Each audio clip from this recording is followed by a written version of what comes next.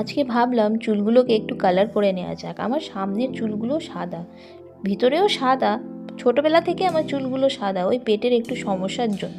আর চুলগুলো সাদা হলে কি বিচ্ছিরি লাগে, তাই জন্য একটু কালার করে নিলাম। আর আনাজগুলো কেটে নিই, কারণ আজকে স্নানটা একটু দেরি করেই করব। চুলগুলো শুকনো হয়ে যাক, তারপরে স্নান করব।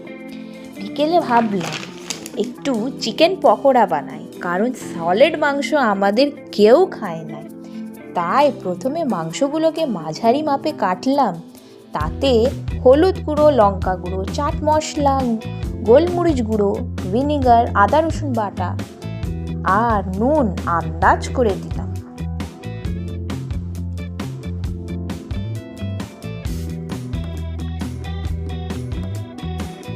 এখানেই শেষ নয়, দিতে হবে আরও কিছু, যেমন ধরে নাও একটা ডিম, 4 চামচ কর্নফ্লাওয়ার আর ময়দা কিছু।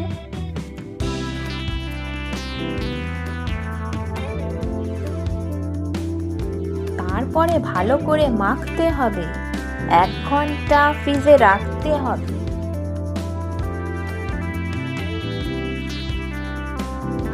এরপরে এক এক করে তেলে ছেড়ে দেব, আর ভালো করে ভাজা হয়ে গেলে থালায় তুলে নেব।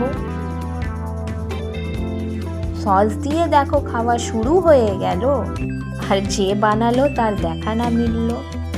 আজকের ভিডিওটা আমার এই পর্যন্তই। আমার ভিডিওটা আপনাদের ভালো লেগে থাকলে প্লিজ আমার চ্যানেলটাকে লাইক, শেয়ার আর সাবস্ক্রাইব করবেন।